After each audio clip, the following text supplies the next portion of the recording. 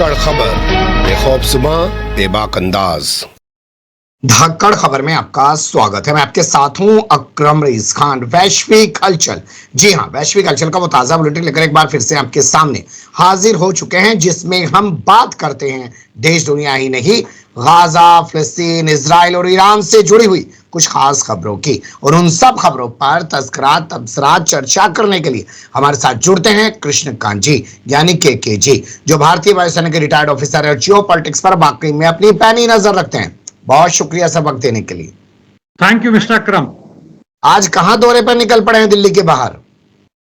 जाना था चंडीगढ़, लेकिन रास्ते में हमारे एक साथी हैं और उन्हीं के यहाँ लंच का प्रोग्राम उन्होंने जिद किया, तो हम लोग अंबाला में रुके हुए हैं और यहीं से मैं उन्हीं की वाईफाई की मदद से आपके सामने हूँ जी। चलिए, तो कितने दिन का टूर रहने वाला है? तकरीबन एक हफ्ता लगेगा, क्योंकि चंडीगढ़ के इर्द गिर्द इलाकों में भी जाना है और कई जगहों पे हमारी मीटिंग भी है और व्यक्तिगत रूप से जहाँ जाता हूँ वहाँ भी लोगों से मिलता हूँ, तो 7-8 दिन लग जाएंगे जी। तो अभी तक जो सफर किया दिल्ली से अंबाला तक, क्या बातचीत समझ में आई है लोगों से मिलके? एक दो जगह रुका था चाय वगैरह के लिए, तो माहौल ऐसे लग रहा है जैसे कुछ घटना नहीं घट रही है। वह इधर की स्वाभाविक मतलब प्रतिक्रिया है, और पूछे तो ये कहते हैं कि लोग वाह कि जो इंडिया है वह इस बार जीतेगा। अजय इंडिया महागठबंधन की बात चल रही है। खैर, बुलेटिन की शुरुआत करते हैं। पहली खबर है, एस्ट्राजेनेका ने मार्केट से अपनी वैक्सीन वापस बुला लिए। तो उसके बाद जो सीरम इंस्टीट्यूट है उसने भी एक बयान जारी कर दिया और कहा कि भैया हमने तो दिसंबर 2021 से, जी हाँ, दिसंबर 2021 से नया वैक्सीन बनाया ही नहीं है। तो ये सब हो क्या रहा है sir? Serum institute of India, इसका कहना वही है जो आप कह रहे हैं। तो इन लोगों ने जो बनाया, अभी भी मैं यहाँ पे बात कर रहा था एक डॉक्टर साहब से, उन्होंने कहा कि जो कमियां आ रही है, जो साइड इफेक्ट्स हैं, इसका अंदाजा था, ऐसा नहीं कि नहीं था, क्योंकि जितने कम समय में इन लोगों ने प्रोड्यूस किया, कम से कम 1.5 साल या 2 साल लगता है उसका जानवरों पे या इंसानों पे, खास लोगों पे जो प्रयोग करते हैं, उस सबको इन्होंने कट शॉर्ट कर दिया, क्योंकि बाजार में जबरदस्त मांग थी। जनता की क्या जरूरत थी वह महत्वपूर्ण नहीं था। और जब इसका उफान आया, यानी कोविड-19 का, तो ये टीका लगवाने की होड़ सी लग गई। और जैसे ही उफान गया, लाखों लाख ऐसे टीका जो है सो बेकार पड़े रहे। और इन्होंने 2021 से भी एसएसआई इंडिया ने बंद कर दिया बनाना और उसको बाजार लाना। यानी ये लोग बाजार के लिए काम करते थे, बाजार का रूप करते थे, और कहीं भी जनता को बताने की इन्होंने जद्दोजहद नहीं की कि भाई इसका साइड इफेक्ट भी हो सकता है, जो एक ऐसा लगता है कि स्वाभाविक था और बड़ा खतरनाक भी था जितने लोगों को हुआ जी। उस दौर तक जो मुझे याद पड़ता है सर कि जो लगाया जाना था टीका, वो पर्याप्त ही नहीं था, दिया ही नहीं जा रहा था। पहले सरकार कह रही मॉल का खरीदना पड़ेगा, फिर सरकार कह रही चलो विपक्ष के दबाव में फ्री में देना पड़ेगा, फिर ये SII कहता था कि हमारे पास पूर्ति करने के लिए उतना स्टॉक नहीं है, और अब कह रहे हैं हमने तो बनाना ही बंद कर दिया। आपको नहीं लग रहा कुछ बड़ा गड़बड़ झाला है, जांच होनी चाहिए?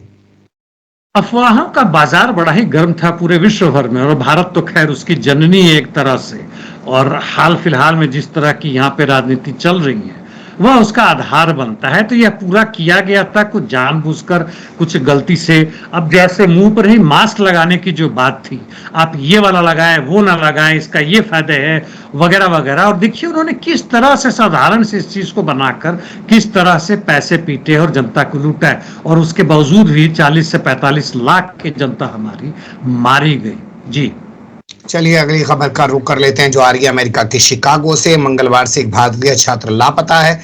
परिवार के लोगों ने विदेश मंत्रालय से, या यूं कहें कि भारत सरकार से संपर्क किया, मदद की गुहार लगाई है। क्या जानकारी है आपके पास? जी हाँ, रूपेश चंद्रा तेलंगाना के हैं और गायब हैं इतने समय से, और 2 मई से ही गायब हैं। और वहाँ की सरकार, वहाँ की पुलिस नहीं खोज पा रही है। शिकागो में जो भारतीय कंसुलेट हैं वो लोग भी कोशिश कर रहे हैं, उन्होंने वहाँ पुलिस से की है, वहाँ जो भारतीय जनता है उनसे भी जहाँ तक संभव है बातें की, लेकिन कुछ ही पता नहीं चल रहा है।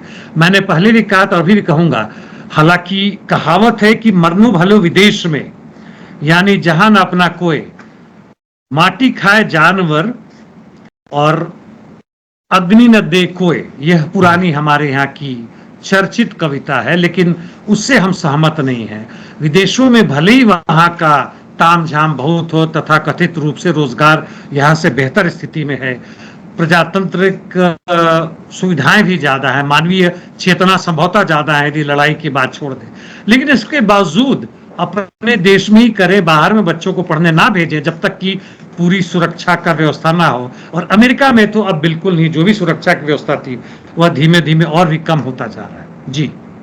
निज्जर की हत्या को लेकर अमेरिका जिस तरीके से भारत की भूमिका पर सवाल खड़ा कर रहा है या उसको कटघरे में खड़ा कर रहा है, उसकी आलोचना अब रूस ने की है।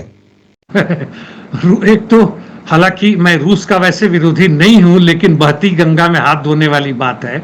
और वहां की प्रवक्ता है विदेश मंत्रालय की मारिया ज़खारोवा, काफी तरीके से ये बात करती हैं। उनसे पूछा गया, वास्तव में अपनी तरफ से उन्होंने नहीं कहा कि आपका क्या कहना है कि अमेरिका और कनाडा ये लोग बार बार भारत पे आरोप लगा रहे हैं कि आपने हत्या का प्रयास किया था इनकी, निज्जर की, या किसी की करवा भी दी थी और कई जगहों में कोशिश जारी है। तो उन्होंने कहा था कि अमेरिका की तरफ से ऐसा कोई प्रमाण नहीं बोला, अमेरिका गलत काम कर रहा है, दूसरों पर आरोप लगाते रहता है और यह गलत बात है, उसे ऐसा नहीं करना चाहिए, हम भारत के साथ हैं। जी। क्या इसके जरिए भारत को अमेरिका से दूर करने की और अपने आप को भारत के करीब दिखाने की कोशिश की जा रही है? वह बिल्कुल है, बिल्कुल वह है। अभी के हालात में जो दो खेमा बट गया है, शीत युद्ध का दूसरा दौर बड़े जबरदस्त तरीके से चल रहा है। एक तरफ अमेरिका और उसके साथ यूके, और जो लड़ाई में जो भाग ले रहे हैं पूरे नेटो, और इधर में इजराइल वह बना पड़ा है और वैसे वैसे लोगों को मान्यता दे रहे हैं जिनका कोई आधार नहीं है। दूसरी तरफ रशिया, उसके साथ जो भी है नॉर्थ कोरिया, ईरान, या कुछ हद तक चीन वगैरह भी है, वहां बन रहा है, जिसमें म्यांमार, अफगानिस्तान जैसे देशों को भी मान्यताएं मिल रही हैं। और वह रशिया के साथ भारत का संबंध बड़ा पुराना, बड़ा जबरदस्त रहा है। और वैसे वैसे समयों में 1971 की युद्ध की याद करें, जहां अमेरिका ने धमकी दी खुलेआम, रशिया हमारे साथ रहा है। जी बिल्कुल, हम सही कह रहे हैं। अगली खबर का रुख करते हैं, लेकिन आज क्या करें, अपने आप को प्रो अमेरिका दिखाने की एक होड़ सी मची है उस आरएसएस में, जो बहुत बड़ा संस्कारी संगठन बनकर उभरने की कोशिश कर रहा है 2014 के बाद से। हालांकि उसका चाल चरित्र और चेहरा पूरी दुनिया जानती है। अब इसके अलावा बात करें, कल यानी 10 मई तक तमाम भारतीय सैनिक मालदीव से वापस लौट आए हैं, और ये सब तब हुआ जबकि मालदीव का विदेश मंत्री अभी भी भारत में ही घूम रहा है, और हमारे यहाँ का मीडिया अब कोई च्याऊ पाऊ नहीं कर रहा है। यह पुराना थोड़ा मसला पड़ भी गया और आजकल के चुनाव में इससे कोई खास फायदा नहीं है। और भारतीय सैनिक भले 80 और 100 के बीच में जो भी रहे हों, उनकी जब वापसी कर रहा और कितनी कोशिश के बावजूद भी भारत में सफल ना हो पाया। हालांकि वहां के विदेश मंत्री आए, वहां के मंत्री ने जो भी भारत के खिलाफ, इसके झंडे के खिलाफ कुछ दिखाने की कोशिश की या गलती से किया, उससे माफी भी मांगी।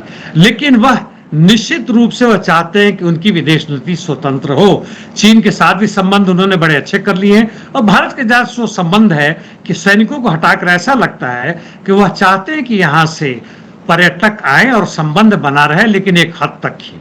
जी चलिए अगली खबर का रुख करते हैं, जो आ रही है पाकिस्तान से।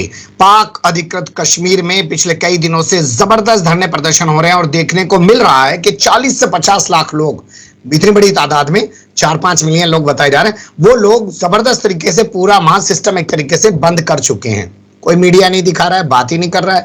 क्यों किया जा रहा है वहां पे ऐसा? देशवाद या धर्म के आधार पर लोग तभी तक एकजुट रहते हैं जब पेट में भोजन हो, और पेट में भोजन हो तब देशवाद धर्मवाद की जरूरत नहीं है। दोनों विरोधाभासी हैं।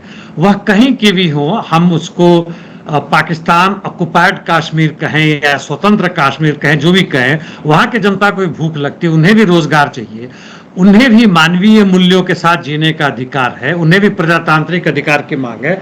जो पाकिस्तान सरकार, चूंकि वहां की जनता के पक्ष में नहीं है, मिलिट्री रूल होता है, या तो चीन के साथ है, अमेरिका के साथ है, भारत विरोधी आधार पर कब तक वहां की जनता इसको बर्दाश्त करे, और इसलिए इसका विरोध कर रहा है। वह प्रो इंडियन भले ही ना हो, लेकिन पाकिस्तान के इस सत्ता के साथ में नहीं है, जो उनके मूलभूत अधिकारों को, मूलभूत आवश्यकताओं को पूरा करने में असमर्थ है। और इतनी बड़ी संख्या में आ रहे हैं, मैं उम्मीद करता हूं, चाहता हूं कि कम से कम भविष्य में उनको एक क्रांतिकारी पथ, रास्ता मिले। जी कम बच्चे पैदा होने की वजह से परेशान साउथ कोरिया ने एक नया मंत्रालय बना दिया है ताकि बच्चों की तादाद बढ़ सके। हाँ, मुझे इस पर हंसी आ गई कहते हैं कि जो भी आबादी उसको बढ़ाने के लिए रखें तो 2.1% के आसपास होना चाहिए, यानी हर पति पत्नी में 2.1 में 2 से थोड़ा ज्यादा, यानी 100 मिलने तो वहां पे 21 बच्चे पैदा हों, इस तरह की मतलब होनी चाहिए।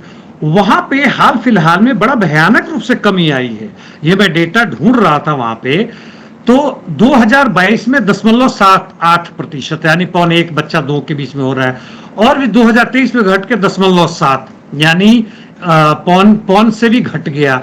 उस हालत में वहां पे जबरदस्त रूप से एक क्राइसिस आ रहा है, नेशनल क्राइसिस आ रहा है, जो कि वहां के राष्ट्रपति ने इसकी घोषणा की। यही स्थिति जापान में हो रहा है, और ये लोग कह रहे हैं कि भाई बच्चे पैदा करो, उसके लिए मंत्रालय बना दी, यानी एक से जो अधिक बच्चा होगा उसके लिए करेंगे। तो इसमें दो बातें मैं कहना चाहूंगा।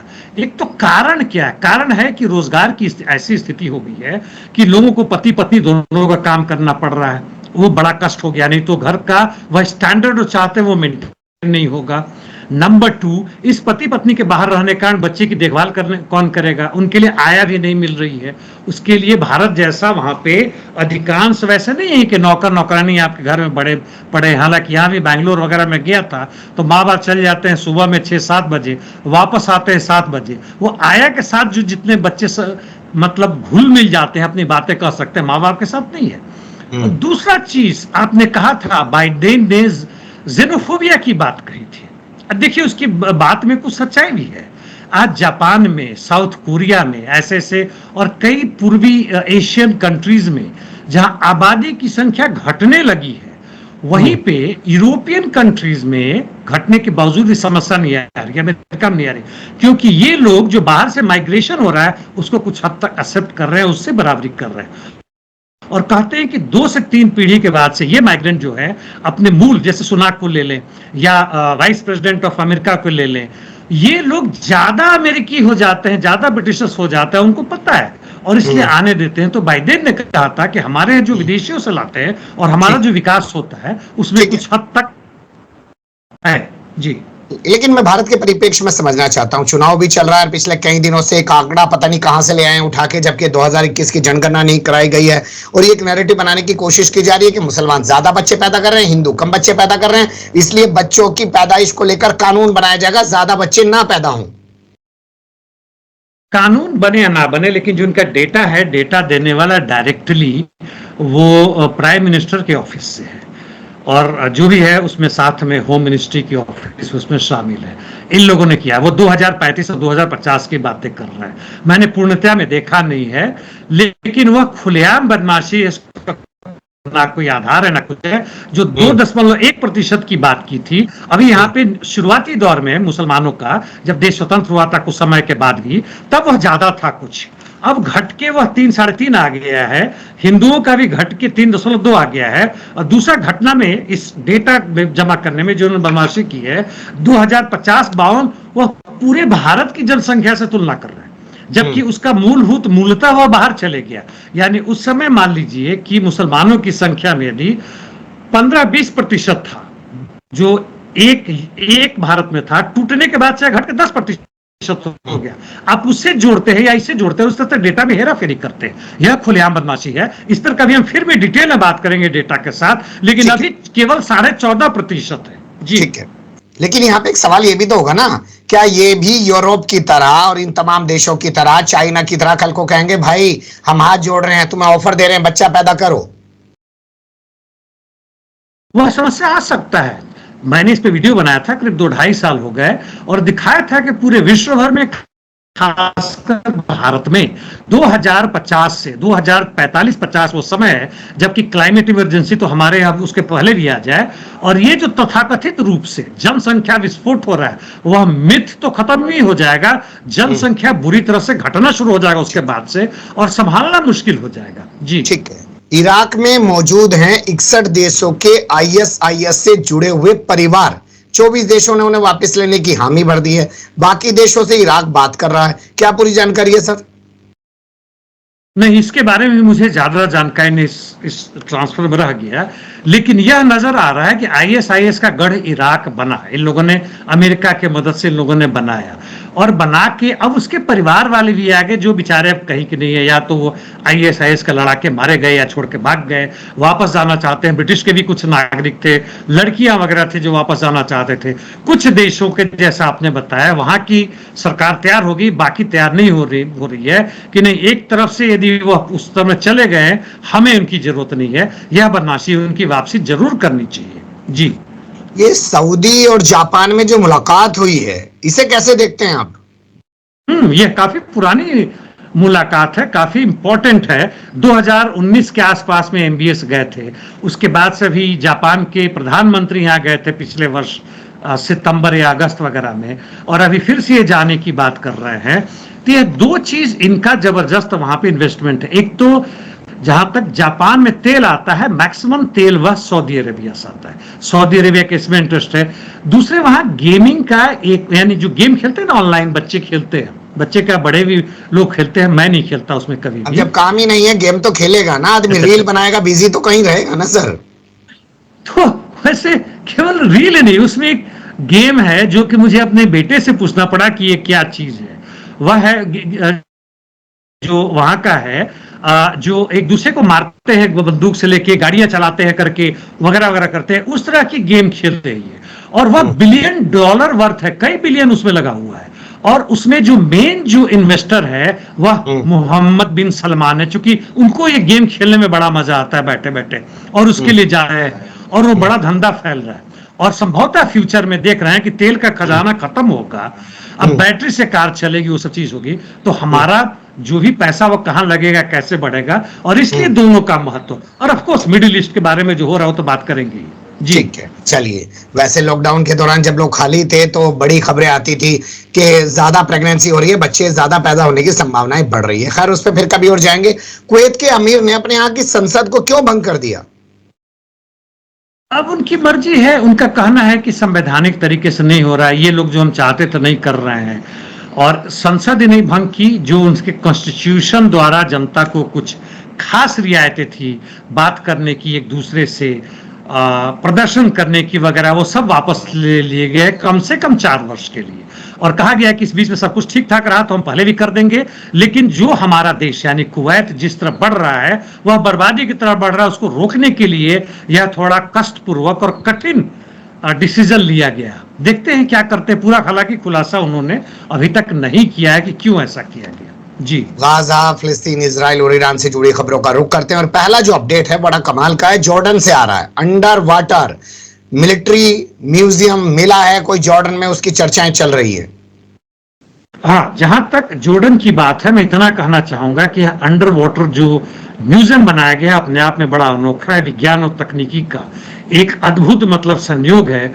और इसको बनाने में इन्हें 30 वर्ष लगे, और इसमें समूचे के समूचे टैंक हो, आर्मर्ड कैरियर हो, एम्बुलेंस है, तोप यानी आर्टिलरी है, पूरा का पूरा पीस को 30, 40, 50 फीट नीचे कोरल के जो धरातल है, कोरल एक तरह का वो पदार्थ होता है जो इसमें वो समुद्री जैविक कह सकते हैं, एक पौधा होता है जो थोड़ा कठोर होता है, वैसा पौधा मुलायम नहीं होता है जैसे पृथ्वी पर आता है, और वहां पे बनाया गया है। और ये काफी एरिया में किया गया है, और बिलियंस एंड बिलियंस पैसे लगे इसमें। और इसको देखने का 2 ही 3 तरीका है। एक तो स्नॉर्कल में, यानी आप ऑक्सीजन का मास्क लगा के, डंडा ऊपर रहेगा, आप तैरते हुए जाएं, स्कूबा डाइविंग करके हो, या खास तरह का वो छोटा सा नाव होगा जिसके अंदर बैठेंगे, बाहर देख सकते हैं, और आपको एक टूरिज्म के तहत लेके जाया जाए। चाहूंगा कि हर लोग देखे, और इसका जो पैसा लगा उसके 1% भी हमारे फिलिस्तीन भाइयों को मिला होता तो आज उनकी यह स्थिति ना होती। जी, अगर मैं इसको पलट के दूसरे तरीके से कहूं कि 2013 में जैसी त्रासदी उत्तराखंड में आई थी, लोग वहां पर जाकर पहाड़ों में किस तरीके से भीड़ जुटाकर गंद फैलाने लगे थे, अब कोई जगह छोड़ी नहीं जा रही है मानव के जरिए। बिल्कुल नहीं छोड़ी जा रही है। लेकिन इनका कहना है कि हर कोशिश की गई है कि एनवायरमेंट को ना बर्बाद किया जाए, कोरल्स को ना बर्बाद किया जाए, सब कुछ किया, लेकिन वह समय ही बताएगा कि क्या होता है। हालांकि इन्होंने पैसे कमाने के लिए किए, फिर भी मैं कहूंगा कि साइंस का तो कमाल है ही है, और यह साइंस सबकी होनी चाहिए, किसी एक वर्ग की नहीं। जी, चलिए ठीक है, अच्छी बात है। प्रलय भी आनी है, ये भी एक मान्यता है। तमाम दुनिया को खत्म तो इंसान ही करेगा ना। अगला जो अपडेट है वो आ रहा है अमेरिका से। अमेरिका के हथियार लेकर इजराइल ने गाजा में अंतर्राष्ट्रीय कानूनों का और अमेरिका के कानूनों का उल्लंघन किया है, ऐसी बात अमेरिका में की जा रही है। बिल्कुल की जा रही है, इसमें संदेह नहीं है। केमिकल वेपन्स का भी इस्तेमाल किया गया है।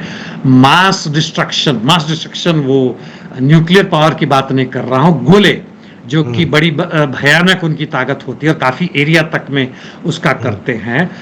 उस तरह के म्यूनिशंस जिनका इंटरनेशनली रोक लग गया है, जिसको अमेरिका ने यूक्रेन को ही बेचा और यहां भी बेचा है, सबका इस्तेमाल हो रहा है। और इसके बावजूद कि रफा पर आक्रमण जो कि 24 घंटे के लिए इजराइल ने रोक दिया था, फिर शुरू हो गया है। और अमेरिका अभी भी पता चल रहा है कि तथाकथित रूप से आर्म्स अम्यूनिशन भेज रहा है। तो अमेरिका हर तरह के उस तरह के काम करता है जो अंतर्राष्ट्रीय कानून के हिसाब से गलत है। जी। अरे प्रदर्शनकारी छात्रों, देखो तुम जो फिलिस्तीन के हक में आवाज उठाने की कोशिश कर रहे हो और इजराइल पर सवाल खड़े कर रहे हो, पूरे मध्य पूर्व को देखो, वहां पर क्या होता है, उसका इतिहास देखो। हिलैरी क्लिंटन कह रही हैं। अपना इतिहास खुद देख लेती हिलारी क्लिंटन तो ज्यादा बेहतर होता कि अमेरिका ने किस तरह से सेकेंड वर्ल्ड वॉर को, जहां भी युद्ध हुआ है वहां पर अमेरिका का उंगल रहा है, कम से कम 90 से 95% जगहों में। जहां भी सत्ता पलट हुई 99% अमेरिका के ही कारण हुआ है। और जहां भी जनसंहार हुए हैं वो अमेरिका के कारण ही हुए हैं, चाहे युगोस्लाविया हो, ईरान हो, अफगानिस्तान हो और अन्य जगहों की बात हो उनके अपने देश में। उसकी वह चर्चा कर रही है वास्तव में जब उनके हस्बैंड क्लिंटन जब राष्ट्रपति थे अमेरिका के, तो 1993 में इन्होंने कोशिश की थी यासर अराफात के साथ मिलके कि इसको अब मान ले, हम फिलिस्तीन को पूरी मान्यता दे देंगे, पूरे राज्य का दर्जा दे देंगे और लड़ाइयां नहीं होंगी। यासर अराफात ने नहीं माना था, क्योंकि हर तरह के जो भी इनकी थे पहुंच थी और जो भी एग्रीमेंट था उसमें ही था कि इजराइल को जो भी उसने क्षेत्र ले लिया उसमें उसका अधिकार रहेगा या उसके आसपास आप अस्त्र शस्त्र नहीं रख सकते हैं। और उसका इशारा कर रही हैं कि मिडिल ईस्ट जो है हमेशा बदमाश रहा है, गंदा रहा है, लोग वहां आतंकी हमले करते रहे और अपना पिछवाड़ा, मतलब अमेरिकी की पिछवाड़ा को, अब पुराने इतिहास को नहीं देख रही है। जी। चलिए खैर, अमेरिकी जहाज विवादित क्षेत्र में क्यों घूम रहा है? अमेरिकी जहाज अब बदमाशी कर रहा है विवादित क्षेत्र, जिसका अपने स्टेट का हिंदी भी मैंने बताया था, जल डमरू, यानी डमरू होता है बीच में जो होता है, तो वह ताइवान और चीन के बीच में एक जगह है, बड़ा स्टेट यानी खाड़ी जो है, वह डमरू जो है बड़ा पतला है और जगह ना होने के बावजूद, कम होने के बावजूद अमेरिकी यानी 2-3 किलोमीटर वहां से सट गया है, कम से कम 20 किलोमीटर, जो खुद अमेरिका मानता है कि किसी भी देश से सटे हुए समुद्र उसका हिस्सा है, और 3 किलोमीटर या 5 किलोमीटर तक अंदर घुस गए हो अपनी युद्ध पोत लेकर, सामान्य नहीं। और इसके बदले में चीन ने भी नेक्स्ट डे 23 फाइटर फ्लाइन उड़वाए और 5 नेवल शिप्स भेजे, वह बात अलग है। लेकिन ये हमेशा अमेरिका दिखाता है कि मैं दादा हूं, मैं बॉस हूं और तुम्हारे कानून कायदे तुम्हारी तक है, हम आते हैं तो कानून कायदे हम पर लागू नहीं होते हैं। जी। ये यूएई यानी जो वहां का राष्ट्रपति है, वो नेतन्याहू इजराइल के प्रधानमंत्री के खिलाफ क्यों भड़का हुआ है?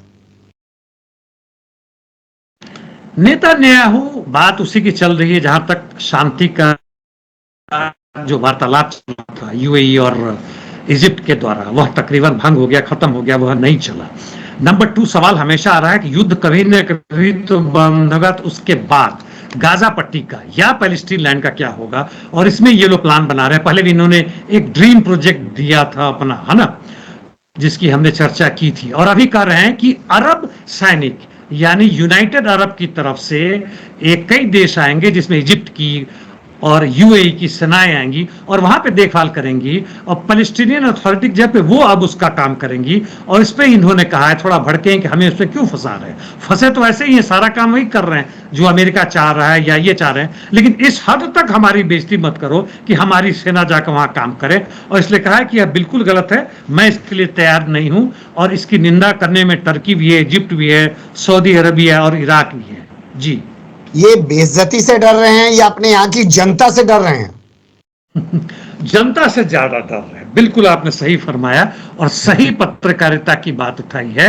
और जनता जिस ढंग से भड़क रही है, मैं चाहूंगा कि पूरे अरब कंट्रीज की जनता वहां पे फिर से, जैसे पहले वहां पे एक तरह से उफान आया था जिसे जास्मिन रिवॉल्यूशन के नाम से लिया गया था, दोबारा शुरू हो और ऐसे शासकों या उनके चमचों को उखाड़ फेंके। जी। अब आखिरी खबर का रुख करते हैं जो आ रही है ब्रिटेन से। फिलिस्तीन के हक में आवाज उठाना, गाजा के हक में बात करना, एक छात्र का वीजा रद्द हो गया है। ये तो कर रहे हैं, केवल ब्रिटेन ही नहीं कर रहा है, यह पूरी कि पूरे यूरोपियन यूनियन में एक दो जगहों को छोड़ दें, अमेरिका को छोड़ दें, भारत तक में भी ये चीजें की जा रही हैं। ना आवाज उठाने की तथाकथित रूप से स्वतंत्रता है, ना फिलिस्तीन के पक्ष से बोल सकते हैं। इजराइल की निंदा करते हैं तो कहते हैं कि आप यहूदियों की निंदा कर रहे हैं, यानी इजराइल से यहूदी का मतलब एक समीकरण कर दिए गए, जैसे भारत में भारत देश को हिंदुओं के साथ समीकरण कर रहे हैं या किसी इस्लामिक देश में इस्लाम के साथ समीकरण कर रहे हैं, और इस तरह से जनता के हर आवाज को उठा रहे हैं। और इसका हमें हर तरीके से पहले समझने की कोशिश करनी चाहिए और फिर विरोध करना चाहिए। और यह विरोध अब केवल अरब कंट्रीज नहीं, पूरे विश्व भर में बड़ी तेजी से फैल रहा है। जी, यूएनजीए में 143 देशों ने मोहर लगा दी इस बात पर कि फिलिस्तीन को पूर्ण सदस्यता दी जाए। अमेरिका और इजराइल समेत 9 देशों ने वोट नहीं किया है, 25 देशों वोट के विपक्ष में किया है, 25 देशों ने वोट में हिस्सा नहीं लिया है, लेकिन भारत ने समर्थन में वोट किया है। आप कैसे देखते हैं? नहीं, भारत ने किया तो अच्छी बात है, अंदरूनी भी उसी तरह से समर्थन करे पैलेस्टीन लैंड को तो ज्यादा बेहतर होगा। और इसी के साथ साथ ऐसे यूरोपियन यूनियन के वो देश जिसकी हम बार बार चर्चा करते आ रहे हैं, जैसे स्पेन, आयरलैंड वगैरह, कि हम पैलेस्टीन लैंड को पूर्ण मान्यता देंगे। और जहां तक यूनाइटेड नेशन जनरल असेंबली की बात है, बड़ी खुशी की बात है कि उन्होंने दोबारा, पहले भी उन्होंने अपना भेजा था प्रस्ताव सिक्योरिटी काउंसिल में जिसमें अमेरिका ने वीटो लगाए थे, ये दोबारा गए हैं। हालांकि फिर अमेरिका वीटो लगाएगा, लेकिन हमारी कोशिश पॉलिटिकली डिप्लोमेटिक हमेशा होनी चाहिए, और जो जमीन पर लड़ाई हो रहा है उस पर भी साथ देने की कोशिश करनी चाहिए, जहां भी जिस तरीके से हो। और अपने अपने देशों में इस तरह की सत्ता बनानी चाहिए कि इस तरह आगे युद्ध ना हो दुनिया में, एक देश दूसरे को ना दबाए। जी, बिल्कुल आप सही कह रहे हैं, लेकिन उसके लिए आदमी को अंधभक्त नहीं होना पड़ेगा। लेकिन आजकल सरकार में बैठे हुए लोग इंसान से सोचने की ताकत तक छीन ले रहे हैं। बस वो एक अजीब सी दुनिया में, ख्वाबों की दुनिया में जीता रहे और उसी को सब कुछ मानकर बैठ जाए। बहुत शुक्रिया, आपने बहुत बारीकी से तमाम चीजों पर रोशनी डाली। फिर आपके साथ किसी और मुद्दे पर जुड़ने की कोशिश करेंगे। धन्यवाद। Thank you mister Akram.